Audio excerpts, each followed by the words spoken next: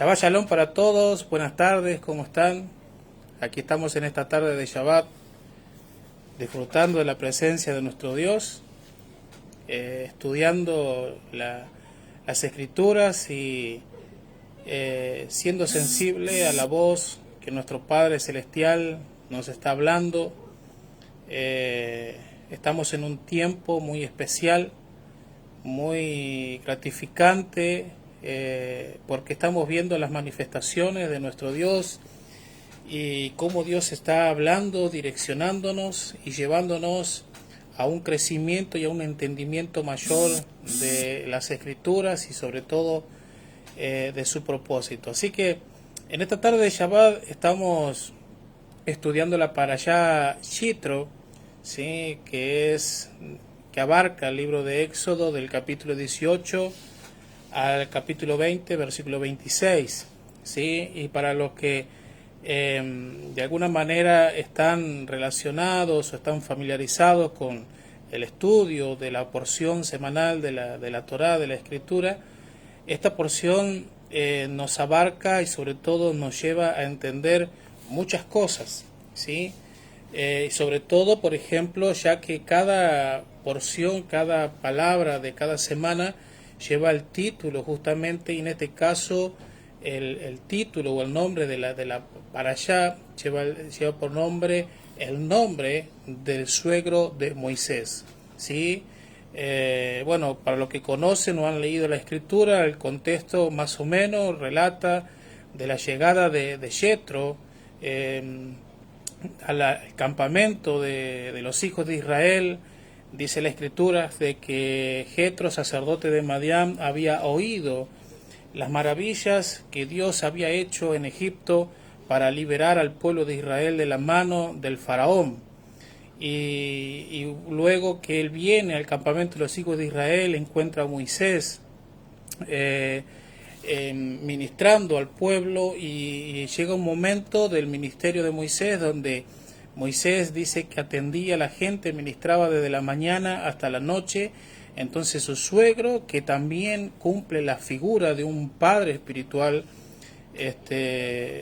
la figura de la paternidad, ahí vemos de que la vida de Jetro fue muy, muy importante, ya que cuando Jetro ve el obrar que tenía, la manera de ministrar que tenía Moisés, él decide darle algunos consejos, de los cuales les dice que por qué no tomaba personas, gente de renombre, gente que formara liderazgo, para que pudiera llevar la carga juntamente con él. Entonces le pareció bien a Moisés, le pareció bien.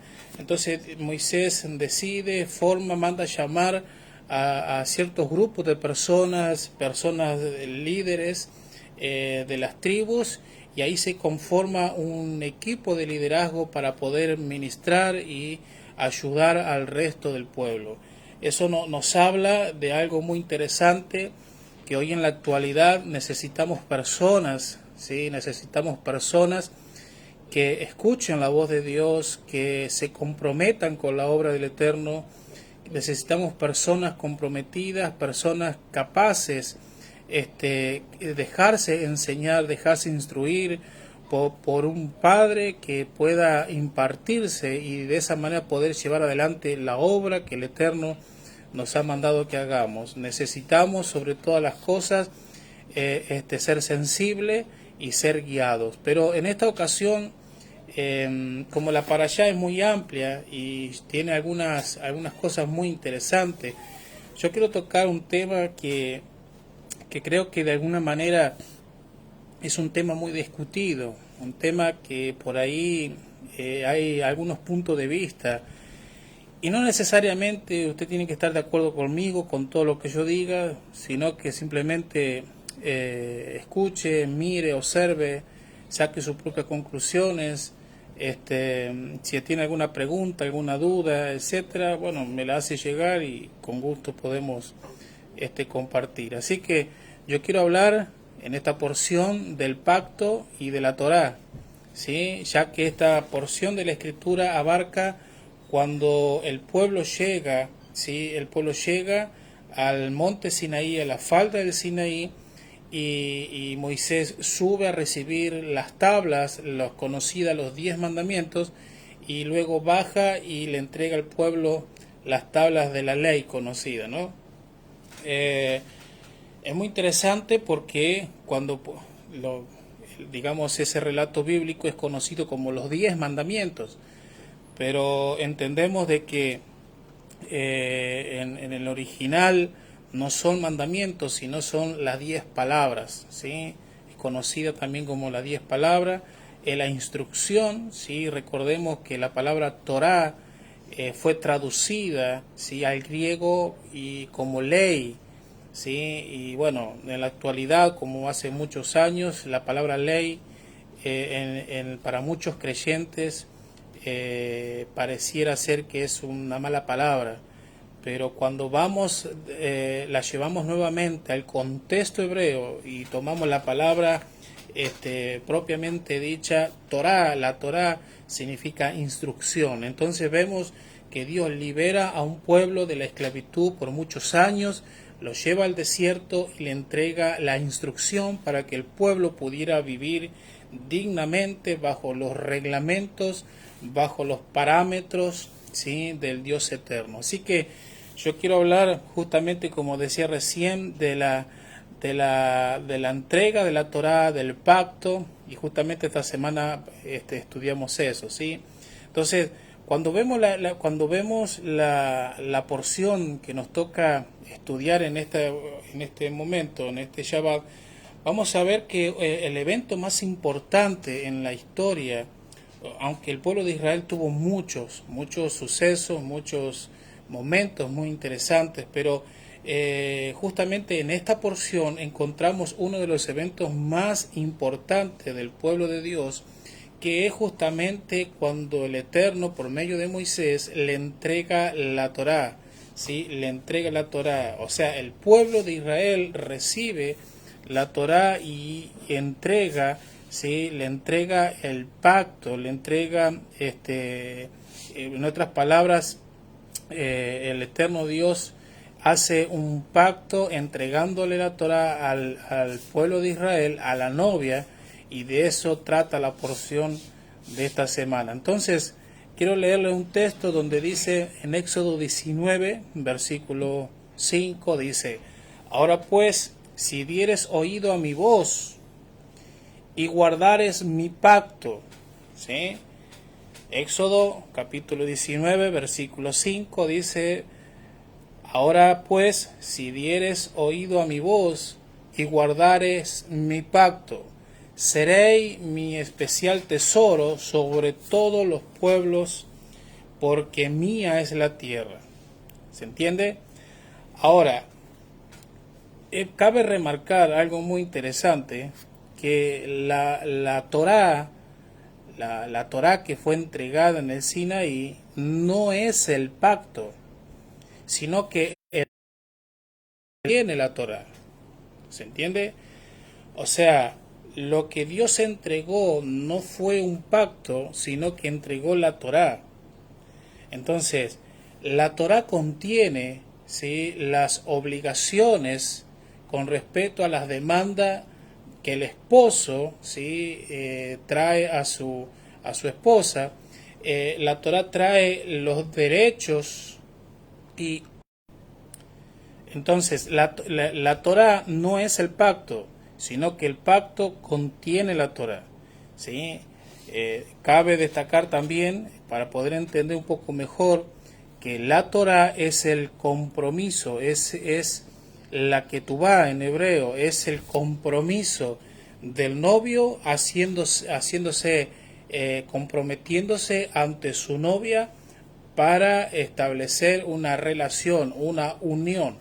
Entonces, la Torá contiene los derechos de la novia respecto de lo que el esposo le está exigiendo para cumplir ciertas condiciones, etcétera. Entonces, lo que pasó en la falda de Sinaí, del monte Sinaí, no es otra cosa que el compromiso del Eterno con su pueblo.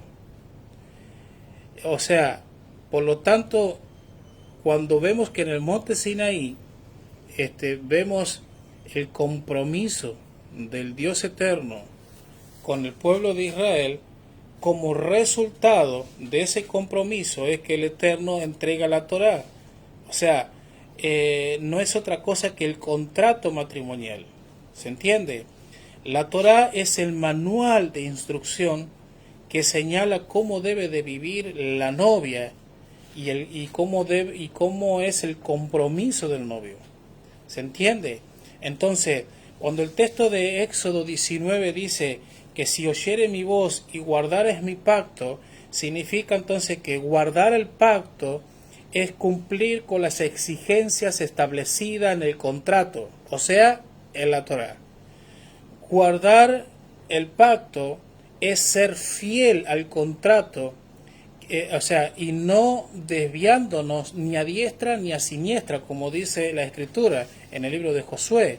Dice, no te apartarás de tu boca este libro de la ley, sino que de día y de noche meditarás en él, para que hagas todo conforme a lo que está escrito y no te aparte de él ni a diestra ni a siniestra. Entonces, guardar el pacto significa que debemos de mantenernos firme y fiel al esposo, ¿sí?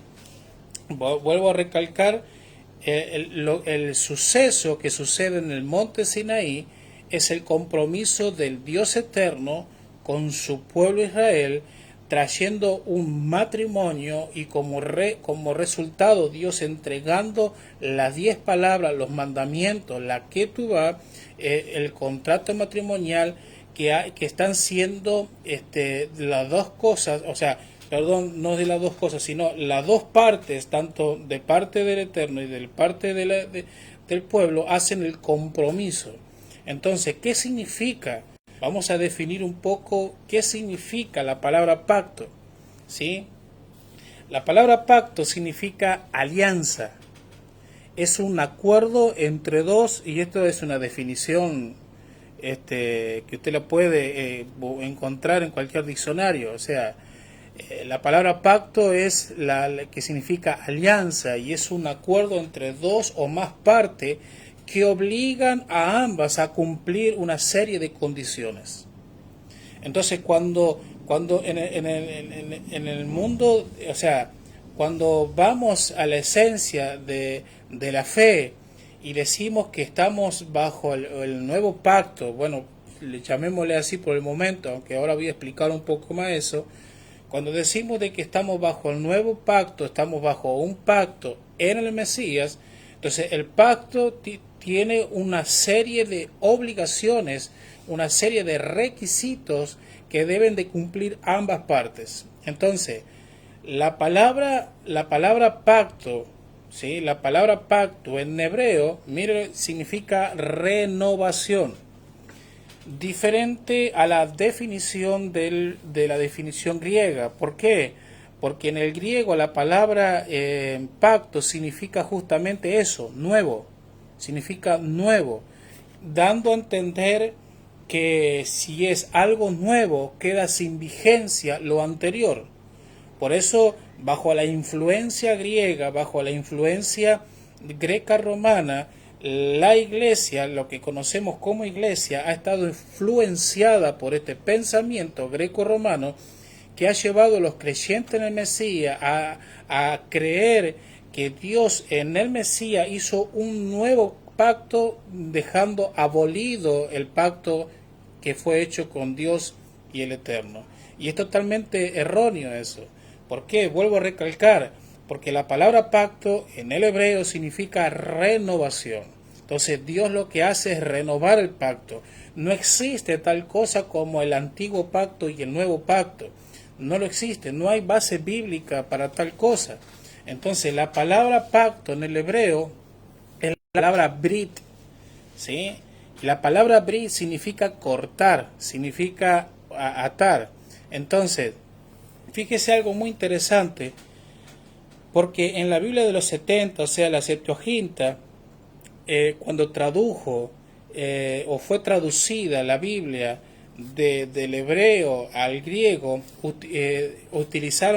tradujeron la palabra brid a la palabra diaquete. Les decía que la Biblia de los 70, cuando los judíos helenizados hicieron la traducción del hebreo al griego, ellos tradujeron la palabra brid y cambiaron la palabra brid por la palabra diaquete. Y fíjese que la palabra diaquete en el griego traía consigo el concepto o el pensamiento de la última voluntad o el último testamento. Por ejemplo, usted lo va a ver en Hebreos 9, ¿sí? Hebreos 9, que ahora lo vamos a desarrollar un poco, va a aclararnos un poco más. Entonces, en la traducción del hebreo al griego fueron traducidos no solamente algunas palabras, sino fue como implantada la mentalidad griega. Por eso es lo que ha afectado a los creyentes, a la iglesia, ¿sí? a la comunidad de creyentes del Mesías, ha afectado por muchas generaciones. Pero bueno, gracias al Eterno, Él nos está hablando en estos tiempos y nos está haciendo volver y nos está abriendo la mente y nos está llevando a entender las Escrituras como el Mesías dijo: escudriñar las Escrituras porque ellas dan testimonio de mí. Entonces, esta palabra griega que se tradujo del latín también como testamentum, que quiere decir testamento, y así es como se llega a la idea bíblica, y es cuando hubo la separación y lo que se conoce hoy como el Antiguo Testamento o Nuevo Testamento.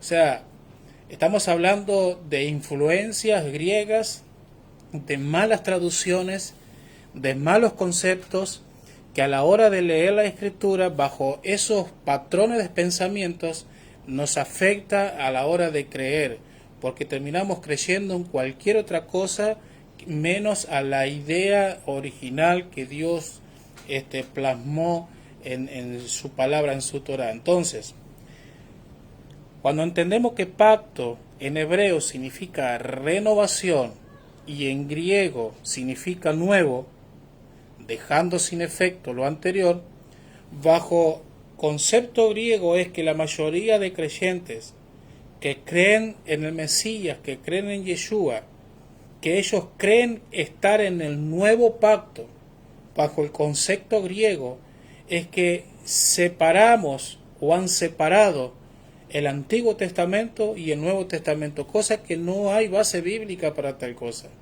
Hermanos, por favor, vuelvo a decir, usted puede que no esté de acuerdo con lo que yo estoy diciendo, pero yo le animo a que usted estudie, analice, deje sus prejuicios de lado, deje los conceptos teológicos de lado y abra su corazón, abra su mente para poder comprender. No solamente leyendo siempre lo mismo vamos a entender algo diferente. Necesitamos, si queremos algo nuevo, vamos a necesitar por lo menos estar abierto a lo que tenemos por delante. Entonces, no existe tal cosa como Antiguo Pacto y Nuevo Pacto. No existe tal cosa como Antiguo Testamento y Nuevo Testamento. ¿Se entiende? Por ejemplo, analicemos Hebreos capítulo 9. Algo muy interesante en este pasaje. Hebreos capítulo 9, versículo 16 dice: porque donde hay testamento, es necesario que intervenga muerte el testador. Eso dice versículo 16. Versículo 17 dice: porque el testamento con la muerte se confirma. Subraye, por favor, se confirma, porque es muy interesante. Ahora, porque el testamento con la muerte se confirma. ¿La muerte de quién? Sigue diciendo, dice, pues no es válido. ¿Qué no es válido? Y termina diciendo el texto: entre tanto el testador vive. Entonces definamos el libro de Hebreos, sobre todo el capítulo 9, y entendiendo esto, que ya que el libro de Hebreos, como la gran mayoría del Nuevo Testamento, los libros, la gran mayoría del Nuevo Testamento fueron traducidos del hebreo al griego, Por lo tanto, la mentalidad hebrea se perdió, se fue perdiendo y fue reemplazada por la mentalidad griega, y quiera o no, eso afectó. Y acá sí es aplicable el dicho que dice que el orden del factor no altera el producto. Y déjeme decirle que acá sí altera el producto. Entonces el capítulo 9, según la Reina Valera, habla del antiguo pacto y del nuevo pacto, dando a entender que el antiguo pacto quedó sin efecto. Entonces, ¿qué quiere decir entonces? ¿Qué quiere decir esto? Porque el testamento con la muerte se confirma. El testamento, el pacto, ¿sí? El pacto con la muerte se confirma. En la mentalidad griega, la mentalidad greca romana, que la iglesia ha sido afectada por muchos años, la mentalidad eclesiástica cree que con la muerte de Jesucristo, Jesucristo vino a anular el primer pacto en el Sinaí con Moisés. Sin embargo, en la mentalidad hebrea, lo que vino a ser Yeshua, o sea, vino a ser el Mesías, con su muerte fue renovar la alianza, renovar el pacto que el Eterno hizo con su pueblo Israel. ¿Me está entendiendo? O sea, son dos cosas diferentes. Mientras sigamos con la mentalidad griega, vamos a creer que con la muerte del Mesías, con la muerte de Jesucristo, Yeshua, quedó anulado el primer pacto y ahora estamos en un nuevo pacto. Pero sin embargo, la mentalidad hebrea, cuando entendemos que pacto significa renovación, vamos a entender que por la muerte del Mesías Yeshua, lo que hizo el Mesías fue renovar el pacto que Dios hizo con su pueblo. ¿Se entiende? Yeshua no murió para que quede sin efecto el primer pacto. O sea, sino que lo vino ¿a qué? A confirmar. Lo que Yeshua hizo fue confirmar el pacto. ¿Qué pacto? De aquel que vive por los siglos de los siglos. ¿Se entiende? Porque el texto dice, porque el testamento, el pacto con la muerte se confirma. ¿Me va siguiendo? Entonces, eso es justamente lo que Moisés hizo en Éxodo 24:8, cuando dice, entonces Moisés tomó la sangre y roció sobre el pueblo y dijo, he aquí la sangre del pacto que Yahweh ha hecho, que Dios ha hecho, que el eterno Dios ha hecho con vosotros sobre todas las cosas. Entonces lo que hizo Moisés fue matar un animal, tomar la sangre, la vida, porque la vida está en la sangre, y roció sobre el pacto que Dios había hecho con su pueblo Israel. Entonces tuvo que morir un animal para confirmar el pacto. Entonces la muerte de nuestro Mesías Yeshua no quitó, no abolió, no dejó sin efecto lo que Dios había hecho con su pueblo. Al contrario, dice que lo confirma, no lo cambia. Yeshua confirmó el pacto, no lo cambió. ¿Se entiende? Entonces, fíjese algo muy interesante. Se lo voy a ilustrar de esta manera. Cuando nosotros vemos los gobernantes de las naciones, los presidentes, hay países que, por ejemplo, en el país en el que vivimos, aquí en Argentina, cada 4 años hay cambio de gobernante, hay cambio de presidente. Hay otros países que por ahí tienen otro sistema de gobierno, pero en nuestro país el presidente cada 4 años se cambia. Eso significa que cada 4 años tenemos un cambio, cada 4 años entramos en un proceso donde tenemos que ajustarnos nuevamente. Entonces, cada 4 años el gobierno dicta ciertas leyes y están vigentes mientras ese gobernante está al frente del país. Significa que cuando un gobernante, una persona toma el lugar y ejerce su autoridad como presidente de tal país y comienza a establecer ciertas leyes, ciertas normas, esas leyes son vigentes mientras él esté gobernando. ¿Se entiende? Mientras él esté gobernando, esas leyes están vigentes.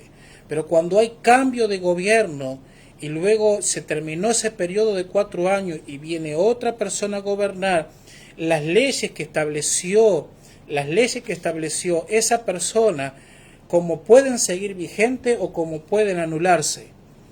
Quien tiene el poder de anular las leyes del presidente anterior es el presidente actual. Entonces, de esa manera vamos a entender que el pacto que hizo Dios con su pueblo es un pacto eterno, dice la Escritura. La Torá nos dice que es un pacto eterno. Ahora bien, prestemos atención. Dice el texto que mientras el testador vive, ¿sí? Mientras el testador vive. O sea, ¿qué significa eso? Y se lo voy a leer al texto.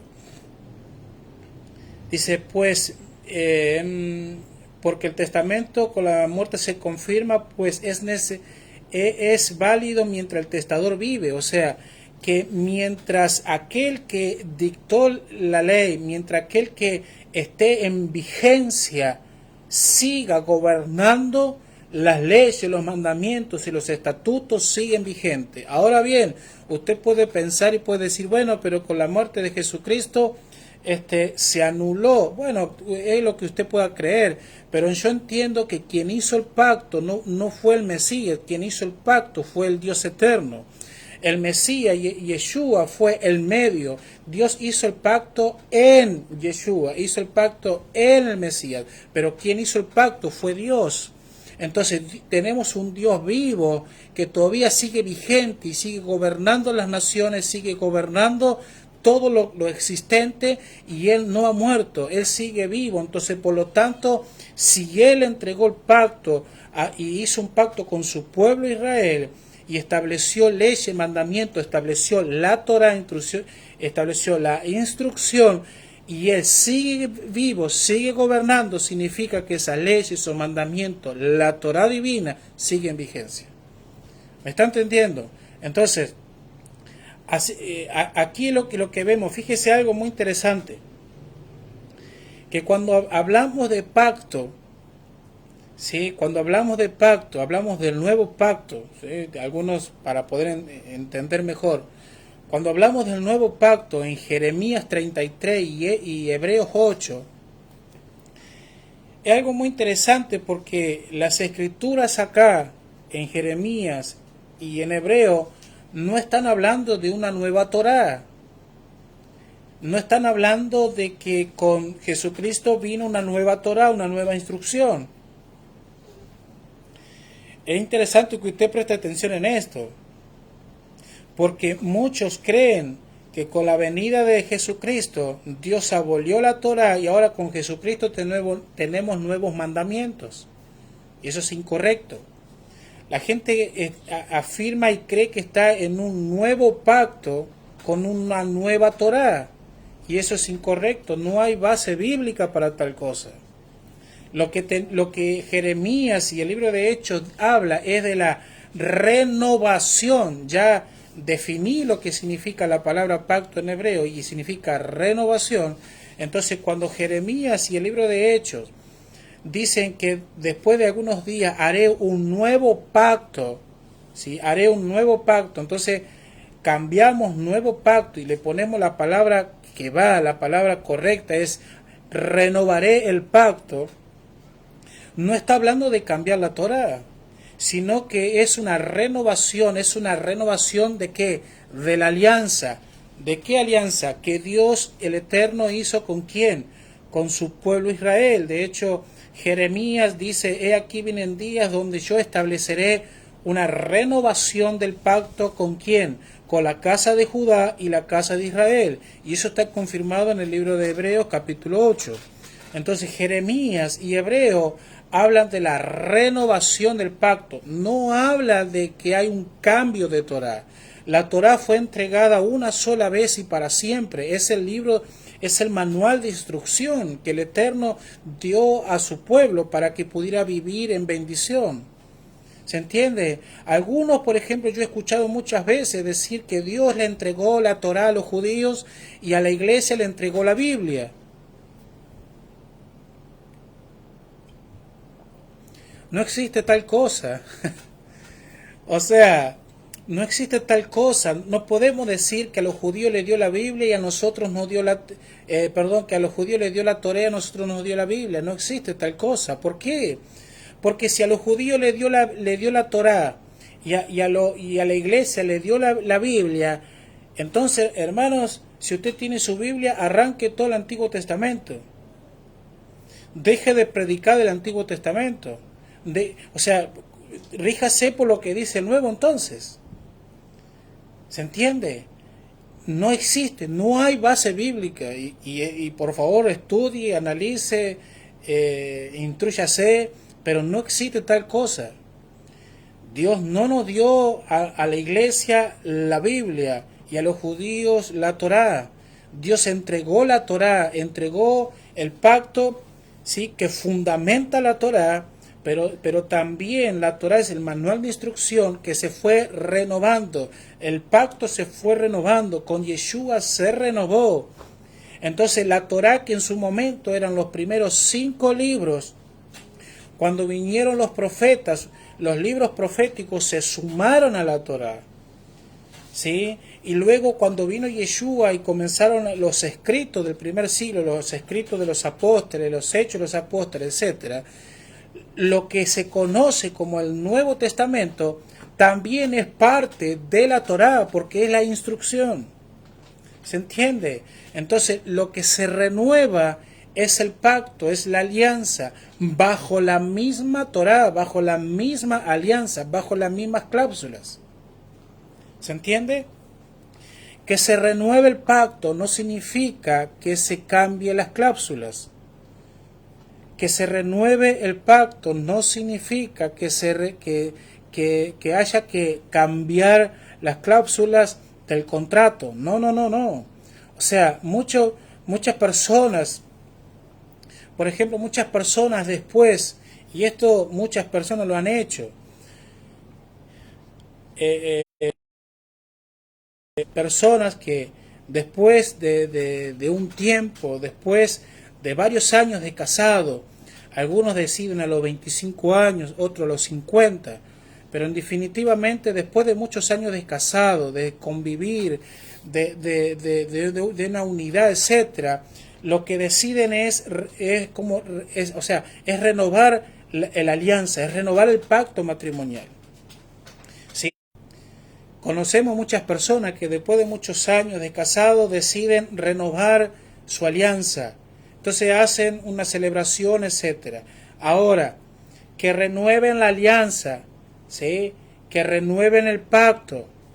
Pregunto, solamente pregunto y usted contéstese. Si un matrimonio decide renovar su matrimonio, decide renovar su alianza, decide renovar el pacto matrimonial, esa renovación significa que lo que hizo años anteriores queda anulado.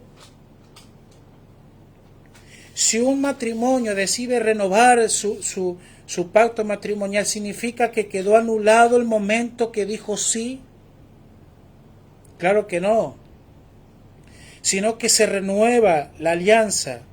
Pero fíjese que renovar el pacto, escuche esto, renovar el pacto, renovar la alianza matrimonial no significa que cambia las condiciones, no significa que cambian las reglas, no significa que cambian las cláusulas del contrato. De lo contrario, siguen vigentes, siguen intactas. De la misma manera sucede con el pacto del Dios eterno. Dios hizo una vez un pacto con Abraham, lo renovó con Moisés, lo renovó con David y lo volvió a renovar con Yeshua y lo sigue renovando hoy en día, pero eso no quita que el contrato matrimonial, que es la Torá, la instrucción, el manual de instrucción, haya cambiado alguna cláusula. No, discúlpeme, la Torá sigue vigente.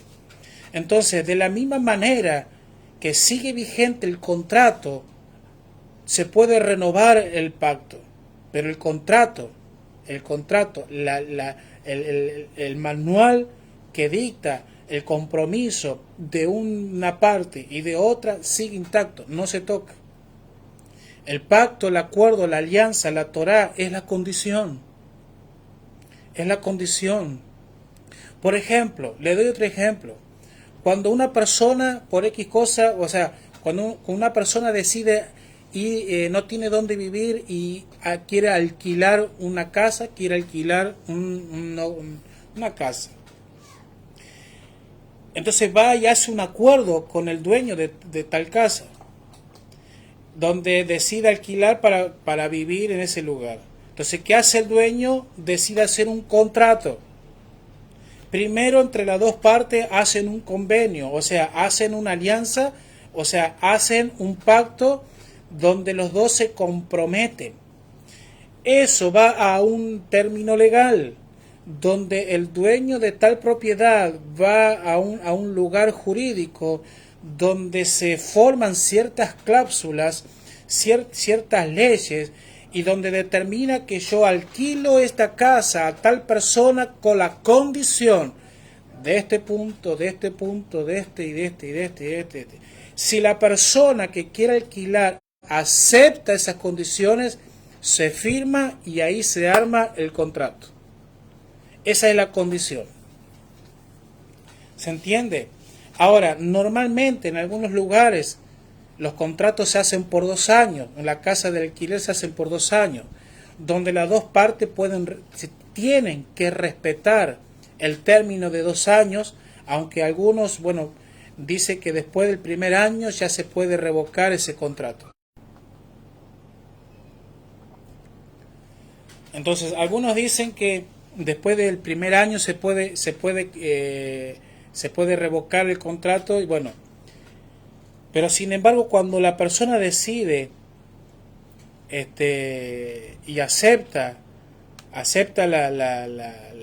las condiciones y luego de los 2 años se termina ese pacto, se termina esa alianza, la persona puede tener la oportunidad de renovar el contrato, renovar el pacto, pero siempre y cuando el dueño de la casa, si decide que las condiciones sigan siendo la misma, se sigue adelante. Entonces, ¿qué quiere decir con esto? Que cuando una persona termina su periodo de 2 años de alquiler y quiere renovar el contrato, bajo las mismas condiciones lo puede hacer, al menos que el dueño quiera cambiarlo. Lo mismo pasó con nuestro Dios. Él hizo un pacto, ¿sí? Él hizo un pacto con su pueblo. Él hizo un pacto con su pueblo. El pueblo aceptó la condición. Y luego que llegó el fin de ese contrato, Dios decide renovar el contrato bajo las mismas condiciones. Entonces el contrato lo renueva en Yeshua bajo las mismas condiciones establecidas ¿dónde? En la Torá. ¿Se entiende? Ahora, vamos un poquito más, quiero hablar un poco más sobre la Torá. La pregunta es, ¿qué es la Torá?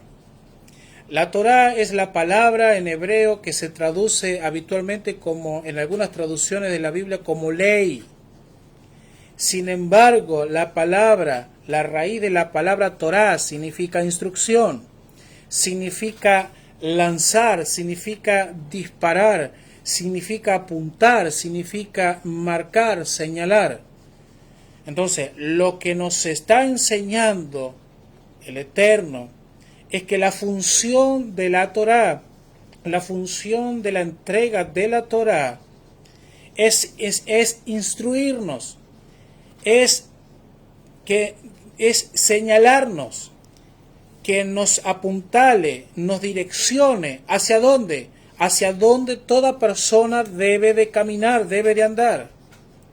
En otras palabras, el propósito de la Torá nos apunta, nos direcciona, nos señala y nos lleva ¿a dónde? Al Mesías. Entonces, fíjese que Yeshua dijo, escudriñar las Escrituras, porque ellas dan testimonio de mí. La pregunta es, ¿qué escritura hay que escudriñar, la cual dan testimonio de él? Recordemos que en el contexto donde nació el Mesías y donde vinieron los apóstoles y la dinámica de la vida de la comunidad de creyentes en el Nuevo Testamento, en ese tiempo todavía no estaba escrito el Nuevo Testamento, por lo tanto no teníamos las cartas de Pablo, no teníamos el libro de Hechos, no teníamos la carta de Timoteo, ni menos Apocalipsis. ¿Se entiende? Entonces lo que tenemos acá en el primer siglo es la Torá y los profetas. Entonces Yeshua dice, escudriñen la Torá, escudriñen las Escrituras, porque ellas dan testimonio de mí. ¿Se entiende? Entonces, la Torá es un manual. La Torá es un manual, o sea, tal cual es el manual que cada artículo, cada condición o cada instrucción nuevo, o sea, fíjese y se lo ilustro de esta manera. Cuando usted va a algún lugar y quiere comprar un electrodoméstico y usted no sabe cómo usarlo, cada electrodoméstico viene con un manual que le va a indicar cómo funciona. De la misma manera hemos sido nosotros, Dios nos ha creado, nos ha engendrado, hemos venido a este mundo y muchos de nosotros no hemos sabido cómo vivir. Entonces Dios nos entrega la Torá, la instrucción, el libro de vida para podernos guiar y saber cómo agradar al Dios eterno. ¿Se entiende? Esa es la función de la Torá. La Torá, por lo tanto, contiene todas las directrices para que la vida sea mejor. La Torá es un árbol de vida que cualquiera que se pueda acercar al árbol de la vida y poder cumplir con ella, ¿sí?, pueda obtener muchas bendiciones. Recordemos algo muy interesante y quiero recalcar en esto, que la salvación es por medio del Mesías Yeshua, pero obedecer los mandamientos nos trae bendición. Yo no estoy diciendo que en la Torá vamos a encontrar salvación. No encontramos salvación. La Torá nos apunta a la salvación en Yeshua, en Jesucristo. Entonces, recalco esto porque muchas personas creen que ahora obedecer los mandamientos vamos a obtener la salvación. No es así. Nosotros obedecemos porque somos salvos en Yeshua. Yeshua es la Torá viviente, Yeshua es el manual de instrucción, Yeshua es la Torá viviente en nuestro corazón. Entonces, la Torá no provee salvación para el ser humano. La Torá sí trae bendición, porque la salvación la trae el Dios eterno por medio del Mesías Yeshua. Por eso, fíjese, y esto es muy interesante, porque Yeshua no salva, quien salva es Dios. ¿Se entiende? Yeshua no salva, Yeshua es el medio de salvación que Dios utilizó para salvar a su pueblo y a todos aquellos que quieren arrepentirse de su pecado y acercarse al Dios de Israel. Ahora, desde el momento que el Eterno, fíjese algo muy interesante, desde el momento que el Eterno desciende en el Sinaí para hablar con Moisés y entregar la Torá a Moisés, comenzando por los 10 mandamientos o las 10 palabras, como dije al comienzo, la Torá será a partir de ese momento el manual de instrucción para el pueblo de Israel y para todos aquellos que quieran y deseen acercarse al Dios eterno.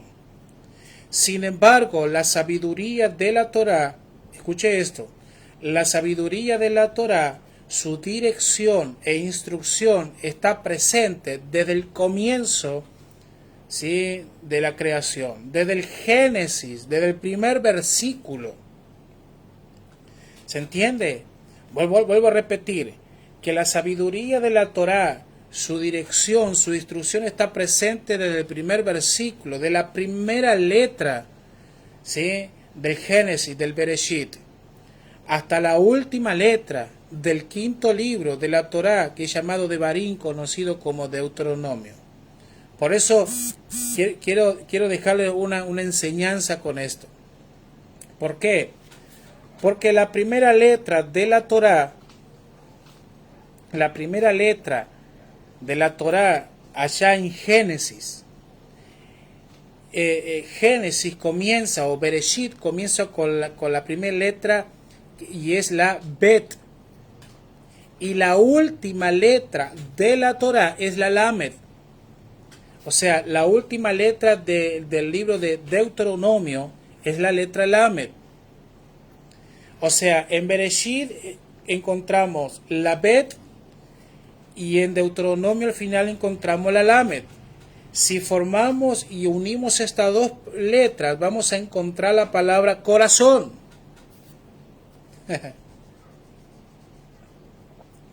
¿Qué quiere decir esto? Que la Torá es el corazón del Eterno. ¿Se entiende? Lo cual nos muestra que la Torá, para recibir la Torá, se requiere de un corazón dispuesto. Pero no solo eso, nos enseña la Torá que rectifica y cambia el corazón del hombre. Nos enseña la Torá que aún de los profetas, y algo muy interesante, dice, engañoso es el corazón más que todas las cosas. ¿Quién lo conocerá? Obviamente que el eterno Dios lo conoce. Pero lo que quiero decir es que de la Bet a la Lamed hay un corazón. La Torá es el corazón. La Torá es el corazón. Por eso Dios dice que con el profeta Jeremías, después de esto, yo renovaré el pacto y pondré la Torá, la ley, el corazón, la pondré en el corazón de los hijos de Israel. ¿Se entiende? Entonces, cuando el Eterno conoce el corazón, o sea, podemos decir que Dios conoce el corazón de todo hombre. Podemos decir que el Eterno no nos conoce, pero somos nosotros quienes necesitamos conocernos.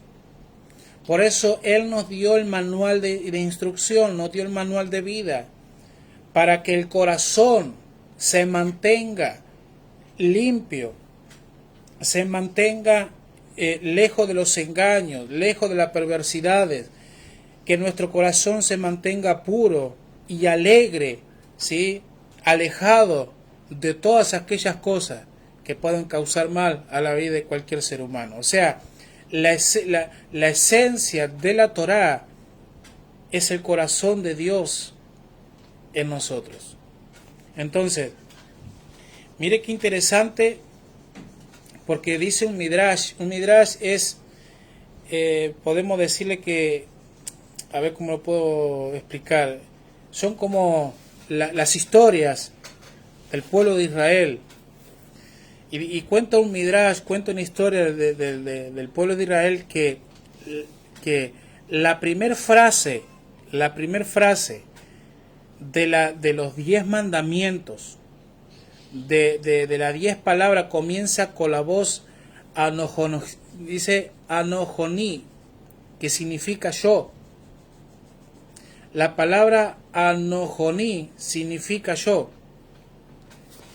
Dice que eso fue para enseñarnos que para el Eterno es más importante, escuche esto, es más importante la entrega de la Torá a Israel que haber creado al mundo. ¿Se entendió? Se lo vuelvo a decir. Cuenta un midrash, cuenta la historia de los sabios en Israel. Dice que la frase con la que comienza los 10 mandamientos es la palabra anojoní, que significa yo. Y eso era para enseñarnos que para el Dios eterno era más importante la entrega de la Torá a Israel que haber creado el mundo, porque mientras, escuche esto, porque mientras el relato de la creación en Génesis comienza con la segunda letra del alefato hebreo, que es la Bet,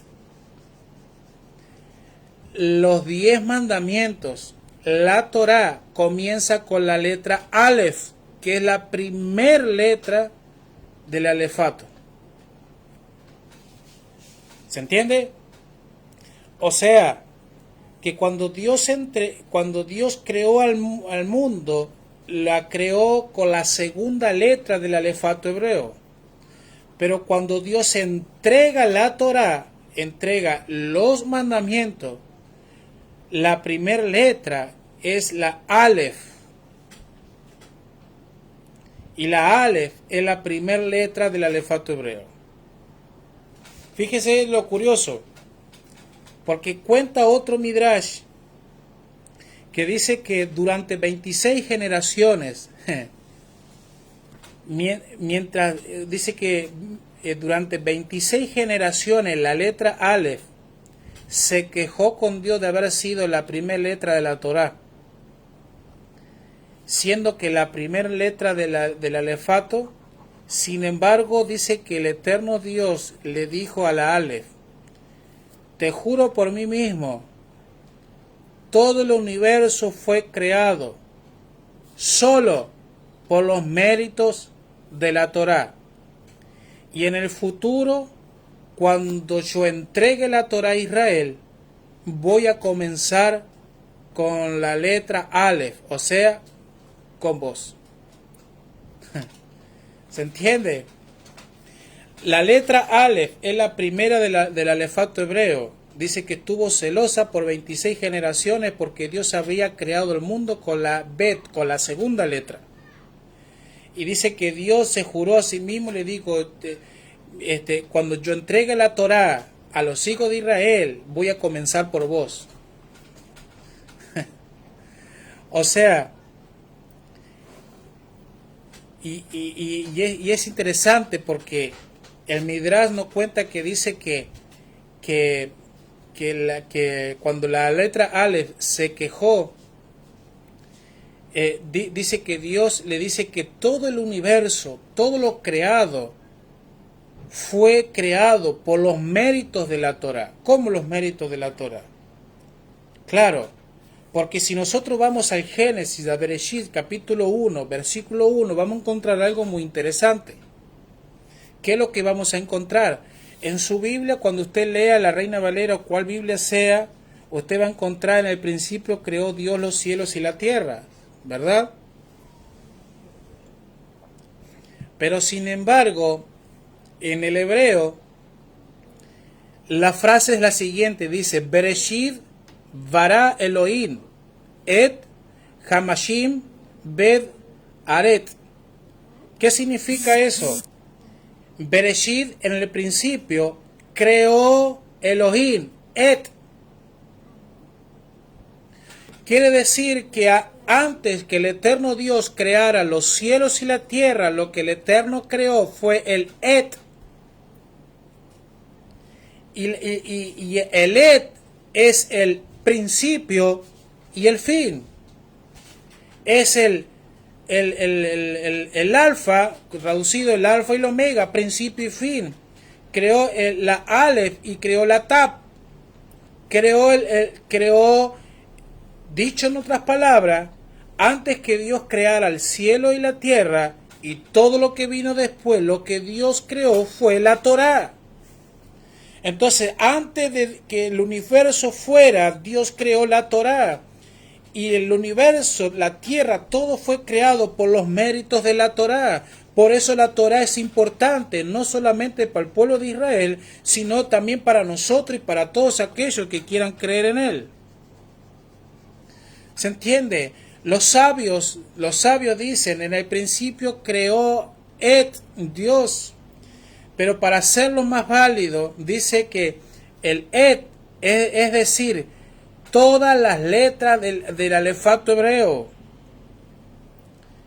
donde la primera de ellas es la Aleph y la última es la Tab. Quiere decir que antes que Dios creara al ser humano, lo que Dios creó fue la Torá. Quiere decir que cuando el eterno Dios creó el universo, antes creó la Torá. La Torá es el manual de instrucción. Por eso Dios no se rige fuera de los parámetros de la Torá. Cuando Dios creó todas las cosas, lo que creó fue la Torá. Cuando Dios te creó a ti, me creó a mí, antes de crearnos, nos creó acá en la Torá, miró el diseño y de acuerdo al diseño nos creó. No somos improvisados, no nacimos porque sí, no, nacimos bajo un diseño divino. ¿Se entiende? Ahora, ¿cuál es la función de la Torá? La Torá no es un libro estático de normas, la Torá contiene vida y tiene múltiples funciones que nos permiten entender para qué el eterno Dios nos dejó la Torá. O sea, ¿para qué nos dio un inmenso manual de normas, de historia, información, etcétera, que aún estudiamos y rescatamos muchas cosas? O sea, la Torá es un documento legal. La Torá es un documento legal que se utiliza y se utilizará en el futuro, aún con los juicios que vendrán. Cuando Dios juzgue la tierra, juzgue las naciones, estemos ante el tribunal del Todopoderoso, seremos juzgados por por la Torá, por el principio que Dios creó. ¿Se entiende? ¿Cuál es la función de la Torá? La Torá dice, porque todos los que sin ley han pecado, sin ley también perecerán, y todos los que bajo la ley han pecado, por la ley serán juzgados, porque no son los oidores de la Torá los justos ante Dios, sino los hacedores de la Torá serán justificados. Romanos 2:12. Entonces entendemos que a través de la Torá sabemos qué es lo que es pecado. A través de la Torá sabemos lo que es pecado y qué no es pecado. Por eso usted tiene que aprender a ver qué es lo que es pecado para Dios y no lo que es pecado para usted, qué es lo que es pecado para mí.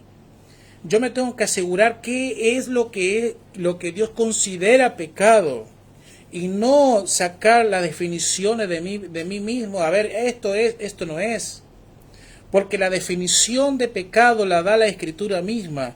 En el Nuevo Testamento, en el Pacto Renovado, en el libro de creo que es Primera de Juan, dice que el pecado es transgredir la ley, transgredir la Torá de Dios. Entonces eso es pecado. Usted tiene que asegurarse qué es lo que es pecado para Dios. Por eso el manual de instrucción nos va a ayudar, la Torá nos va a ayudar a ver qué es lo que Dios considera pecado. ¿Se entiende? Romanos 3:20 dice, ya que por las obras de la ley ningún ser humano será justificado delante de él, porque por medio de la ley, por medio de la Torá, es el conocimiento de pecado. ¿Se entiende? Juan capítulo 3 versículo 4 dice, todo aquel que comete pecado infringe también la Torá, pues el pecado es infracción de la Torá. La Torá y sus exigencias no cumplidas generan y provocan que la ira del Eterno, y esto se debe a que la Torá está contenida por la fe en el Creador. ¿Se entiende?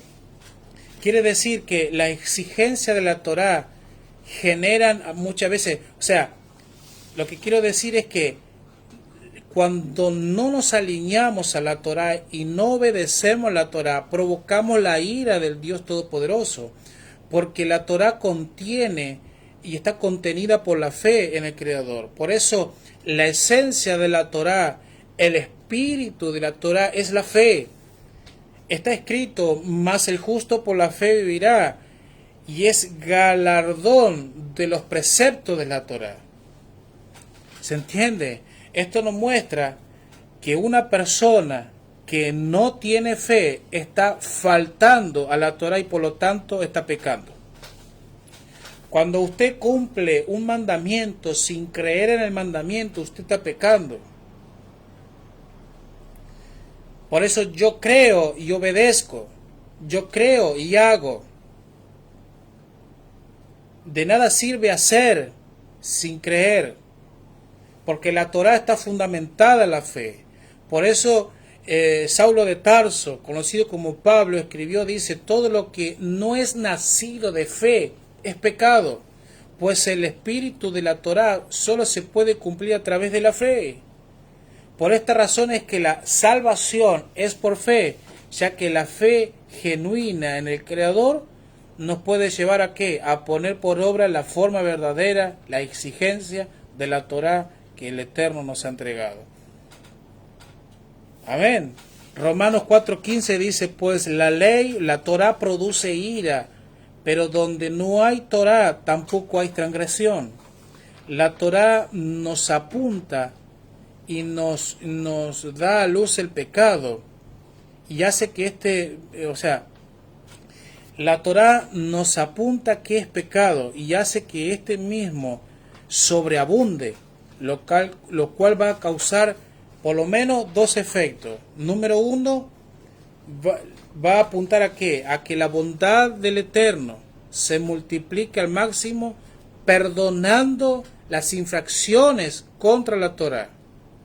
Y número dos, va a ser que la Torá del Eterno se hace necesaria para que la persona que fue perdonada siga la senda del bien y no siga en su pecado. O sea, Dios lo coloca nuevamente para que vuelva a creer, se pueda forzar para obedecer la Torá que el Eterno ha confirmado. Entonces, Romanos 5:20 dice, pero la ley se introdujo, para que el pecado abundase.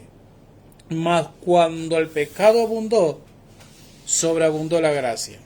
¿Qué pues diremos? ¿La Torá es pecado? En ninguna manera.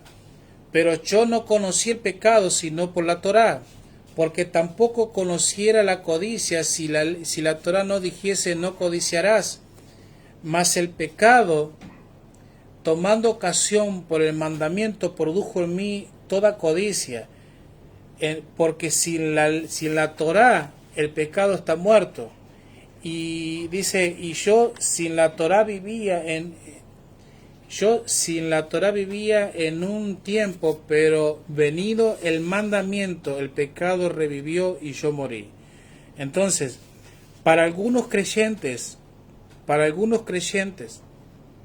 en el Mesías, la Torá es maldición, que es imposible de cumplir. Y esta supuesta verdad está muy lejos de la realidad bíblica. ¿Por qué? Porque la Torá, la Escritura dice que la Torá es espiritual, que la Torá es fe, que la Torá es de Dios, y solo los que viven en esa característica pueden tener la fuerza espiritual para cumplir. O sea, de aquí es que la Biblia nos afirma que, dice, de manera que la ley a la verdad, la Torá a la verdad es santa. El mandamiento es santo, justo y bueno. Porque sabemos que la Torá es espiritual, mas yo soy carnal, vendido al pecado. Y si lo que no quiero esto hago, apruebo que la Torá es buena. Todo eso lo dice el apóstol Pablo. Porque según el hombre interior, me deleito en la Torá del Eterno. También está escrito que la Torá dice que es un ayo. ¿Qué es un ayo? Una especie de guía para llevarnos a qué? A una meta principal. ¿Cuál es la meta? El Mesías, el varón perfecto, que es la estatura del varón perfecto, como dice Efesios. O sea, es aquel varón que venció el mal, cumpliendo con toda la Torá.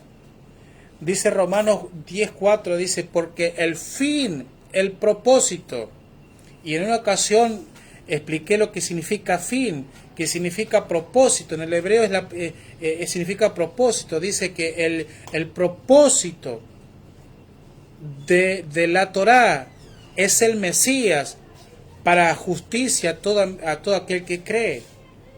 Y si Yeshua es la meta de la Torá, no es para alejarnos y no cumplirla, sino que es justamente llevarnos al Mesías. ¿Para qué? Para que podamos nosotros acceder al objetivo de la Torá. Entonces el propósito de los mandamientos es que seamos como Él fue, y todo creyente tengamos nosotros vida eterna. Así todo hijo del Eterno que es creyente en Yeshua está capacitado para llegar a la estatura de un varón perfecto, a la medida del Mesías. Entonces, ¿para qué sirve la Torá? ¿Para qué Dios nos entregó la Torá? La Torá fue añadida a causa de las transgresiones hasta que viniese la simiente de quien fue hecha la promesa, y fue ordenada por medio de los ángeles en mano de un mediador. Luego, ¿la ley es contraria a las promesas de Dios? En ninguna manera, porque si la ley o la Torá dada pudiera verificar, la justicia fuera verdaderamente por la ley, pero antes que viniese la fe, estábamos confiados bajo la ley, bajo la Torá, encerrados para aquella fe que iba a ser revelada. De manera que la Torá ha sido nuestro ayo. La Torá ha sido nuestro ayo. ¿Para qué? Para llevarnos al Mesías, a fin de que fuésemos justificados por la fe. Eso usted lo encuentra en Gálatas capítulo 3, versículo 19. Entonces, ahí voy terminando, mire. La Torá ha sido un ayo para el pueblo. Y nos ha direccionado, nos ha marcado, ha sido un conductor para que el pueblo de Israel y las personas que se acerquen, que hayan sido redimidas de entre las naciones, habiendo sido libres del Egipto terrenal, del Egipto espiritual, ahora sean libres del Egipto espiritual. Entonces, el ayo, la Torá, nos llevó ¿a qué? A que nosotros tengamos hoy la Torá en nuestros corazones. Entonces, ¿qué quiere decir con esto? Dice el Salmo 119, la mentira aborrezco y abomino, yo amo tu Torá. El Salmo 119, versículos 33 y 34 dice, enséñame, oh Yahweh, el camino de tus estatutos, y lo guardaré hasta el fin. Dame entendimiento y guardaré tu Torá, y la cumpliré de todo corazón. Todo el día es ella mi meditación. Escuche esto. Para los que dicen que la Torá es difícil de cumplirla, no sé de dónde sacaron eso, pero si la Torá o la ley fue difícil para cumplirla, por eso tuvo que venir Jesucristo para cumplirla por nosotros. El rey David dice, la cumpliré de todo corazón. La cumpliré de todo corazón. Entonces la Torá que nos dio el Eterno por medio de Moisés es buena, es santa, es el manual de instrucción. Entonces, concluyo con esto. El pacto que el Eterno hizo, lo confirmó dándonos la Torá, las condiciones, el contrato matrimonial. Con Yeshua se renueva el pacto bajo las mismas condiciones. Entonces, no hay un antiguo y nuevo pacto, hay uno solo, que se renovó con Yeshua.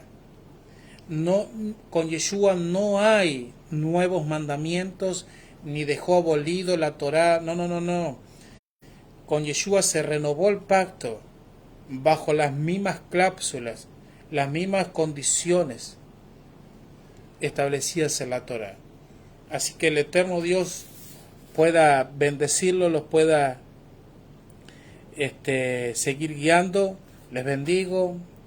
Que puedan tener un fin de Shabbat extraordinario, que el Eterno pueda seguir hablando a nuestros corazones, poder seguir ministrándonos.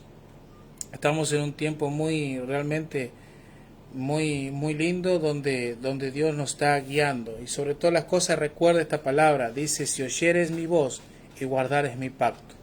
Guardar el pacto significa estar alineado con la Torá, ser instruido por un padre y sobre todas las cosas amar a Dios con nuestro corazón y amar a nuestro prójimo, que es donde se resume toda la Torá. Así que les bendigo, que puedan tener un buen comienzo de semana, Shavuot para todos, y que también tengan un cierre de Shabbat extraordinario. El Eterno les bendiga, les guarde, y Shabbat Shalom para todos.